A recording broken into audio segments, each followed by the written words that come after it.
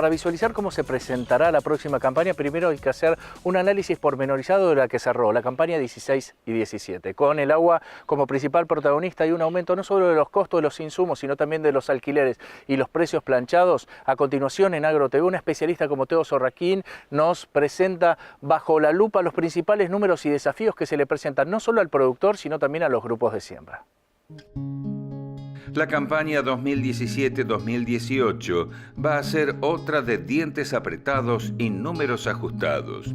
Con el agua como factor determinante para muchas zonas y rentabilidades muy finas, Teo Sorraquín segmenta a aquellos que estuvieron o están afectados por el agua y pondera la eficiencia en todos los sectores de las empresas para salir airosos. Esta campaña y parte de la anterior fueron condicionadas, la grieta está en el agua. Esto es, qué cantidad de agua tuviste y cómo te afectó.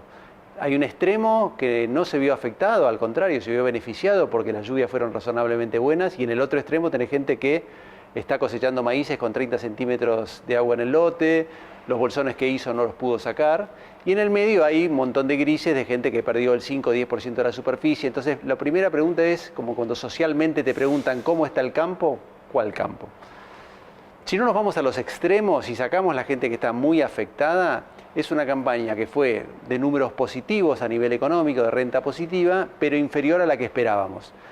Influyeron varias cosas. En parte el agua, en cuanto a lo que es el 5 o 10% de pérdida de superficie, quizás en algunos lotes 5 o 10% de pérdida por apertura de chauchas en el caso de soja, etc. Y además porque hubo una parte de la campaña con, si se quiere, tipo de cambio atrasado, aunque no fuera un reclamo, pero está pesando mucho lo que es la parte logística final. Fletes, cosecha, donde una cosecha de maíz seco valdría 1.300, 1.500 pesos la hectárea, con agua vale 2.200, 2.500, y eso es al final. Fletes que aumentaron en dólares entre un 15 y un 20%. Entonces, una parte de la renta se la comió el final y una parte se la comió las pérdidas de rinde, ya sea por superficie o por rendimiento. Esto hablando de agricultura, ¿no? Para dejar por ahora esa parte. ¿Y cuál es el verdadero impacto que está teniendo el ascenso de las napas en la superficie y la producción del cultivo de fina? ¿Y qué sucede con los alquileres en vista a la próxima campaña? Lo que es fina, la mayor parte de los productores racionales que saben a qué altura está la napa o tenían el campo encharcado, la fina desapareció de esos lugares. La fina se está concentrando en el sudeste, en algunas zonas de Córdoba más al norte, en algunas zonas de Santa Fe, en Entre Ríos, la parte no anegada, pero se concentró. Dan entre 100 y 200.000 hectáreas menos de superficie de siembra, igual marcan más de 5 millones. Es un número que me parece alto, no lo conozco, pero yo diría que racionalmente la fina, una lástima, pero en esa zona se eliminó. Y lo otro, es raro el mercado y por eso es tan apasionante, porque se han alquilado campos con la napa a 20 centímetros y ha venido un señor que ha pagado un arrendamiento y vos decís, como decís vos, ¿voy a maíz la semana que viene? No, ya no voy a maíz la semana que viene. Todos los cultivos pasan a ser maíz tardío, soja tardía, o sea, estamos buscando noviembre. Salvo las lomas, salvo algunos campos que van a aprovechar lo que va a ser maíz primicia, en lugar de ser el maíz común va a ser el maíz tardío. Si seguimos así va a aparecer el maíz primicia, que va a tener probablemente premio de precio. Entonces, donde se puede se está haciendo. Pero si no, vas a ir a ciclos adaptados a una siembra tardía en el caso de maíz, en el caso con menos densidad de siembra, cosa que ya la tecnología existe, y en el caso de soja también quizás grupos más cortos. Bueno, ahí es más diverso según el ambiente de qué región de la Argentina estamos hablando, ¿no? Porque convengamos que si en la Argentina se siembran 20 millones de hectáreas, no están todas inundadas, ¿no? Hay un montón de zonas como el NEA que tuvieron una cosecha buena a muy buena, y los alquileres han subido un poco y las condiciones para siembra con los perfiles como están ahora, salvo algunos lugares que hay excesos, están muy buenas. Entonces depende si uno está hablando de Coronel Suárez o de Charata o de Cañada Seca, que en el medio quedó lleno de agua, o lugares así. Entonces creo que sinceramente hay que hacer una segmentación, y hoy, que en otros momentos más podíamos, hoy no podemos generalizar.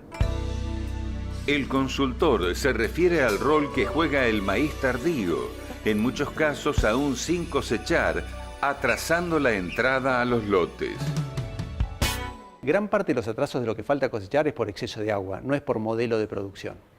Sí es cierto que los maíces tardíos que agronómicamente son una excelente alternativa, genera algunos problemas al final si uno tiene o un bajo precio, por lo tanto no quiere secar, los maíces en julio, agosto no secan porque el clima no te ayuda, entonces ahí está cambiando un poco parte del modelo. En este esquema, la inventiva respecto a lo que es maleza resistente, que es una problemática nueva, va a tener que ser muy creativa. Incluso se han fumigado lotes con avión de maíces implantados para evitar que tenga un doble perjuicio, el atraso en la siembra de maíz y además la complicación en la siembra de soja sobre ese mismo potrero. Sí creo, de vuelta, que gran parte de las distorsiones que vemos hoy de tiempos tienen mucho que ver con los excesos hídricos. Gracias a Dios, la quita de retenciones en trigo y en maíz volvieron a ser esos dos cultivos una alternativa viable, que antes no lo era. Entonces, siempre el mejor criterio ambiental es la rentabilidad. Si quiere, si yo tengo precio, tengo estímulo, a productores que lo que hacen es por naturaleza cuidan el ambiente, que es su ambiente de trabajo, lo que no podés hacerlo es cuando vos tenés un maíz que vale 800 pesos la tonelada, como valía, y traerlo de 800, 900 kilómetros del puerto te salía 400 o 500, no había nada. Entonces no se le podía pedir ambientalismo a alguien que lo tenías agarrado del cuello y a los sopapos, ¿no? Siguiendo con la palabra que está en boga, que es la grieta, yo antes mencioné la grieta del agua de un lado o del otro. Creo que hay una grieta más entre lo que parecería que ser que uno tiene que estar ganando por lo que el modelo que se dice en los diarios y la caja o la renta que uno encuentra en el bolsillo de los productores. No creo que haya que ponerse a llorar ni lagrimear, salvo que tengas un exceso de agua, las rentas han sido positivas, no hay que olvidarse que estamos en un país con 30% de pobreza, venimos de un desastre, venimos de una estructura compleja de país que se está tratando de corregir de a poco, gradualismo, etcétera. Pero no es una cosa que brilla, creo que es un sector atractivo, que todavía le faltan inversiones, creo que la estructura de país ahí a nivel de inversiones va a ayudar mucho a tener un país dentro de 5 años distinto, con vías, transportes, trenes, etcétera, y con una presión fiscal que espero que en 5 años mejore respecto a la actual, porque lo que hace muchas cosas inviable hoy para el productor, para el consumidor y para el intermediario es la enorme presión fiscal que por suerte hoy se habla y se reconoce a los más altos niveles del Poder Ejecutivo, cosa que antes se negaba. Entonces creo que hay, y a nivel de la provincia de Buenos Aires lo mismo, la gobernadora lo menciona mucho y es interesante hablar de un ajuste de la política y no un ajuste necesariamente de la producción. Entonces creo que ese es un escenario que también lo transforma en complejo. ¿Se ganó plata en términos generales? Sí, según región, según actividad y según productor, pero menos que lo que parece que brilla en los diarios. El productor está apostando a los planteos mixtos y el mercado en ese sentido va ajustando los precios. ¿Cómo se presenta el negocio y las perspectivas ganaderas? La ganadería es interesante lo que ha pasado respecto, separando lo que es cría de invernada. La cría, que hace 2 o 3 años estaba en un momento súper atractivo porque el ternero valía 35, 37 pesos, hoy el ternero vale 37, 40 pesos. Y la invernada, que estaba a 23, 25 pesos, hoy vale 37, 38, 35 pesos. Entonces mejoró la ecuación para la invernada, lo cual es bueno. La cría sigue con rentas positivas, de vuelta si no te agarró la inundación. Estamos en plena aparición en gran parte de la región pampeana, si el agua no afecta a eso. Hay algunos consultores que hablan de menos cantidad de terneros. Yo no dispongo de esa información, suena razonable, pero pareciera ser que la cría le queda un plafón de crecimiento en los próximos años. En la medida que el consumo interno esté sostenido como está, y los mercados se sigan abriendo, yo nunca hablo de un boom porque no creo en eso, pero creo que la ganadería por biología, por la cultura que hay, debiera tener una tendencia de negocio positiva. Sorraquín ofrece su visión respecto de lo que viene y la competitividad de las empresas. Yo creo que las cartas están echadas, o sea, hay una expectativa política o de país que pareciera ser que vamos a seguir en un país que va a tender a la normalización. Ese es el marco. Ahora, cuando yo voy a la campaña 17-18, carne, trigo, leche, a las cosas, yo creo que lo que queda para darle de competitividad está tranqueras adentro o tranqueras afuera, pero que dependen de mí, logística, formas de comercializar, captura de precios.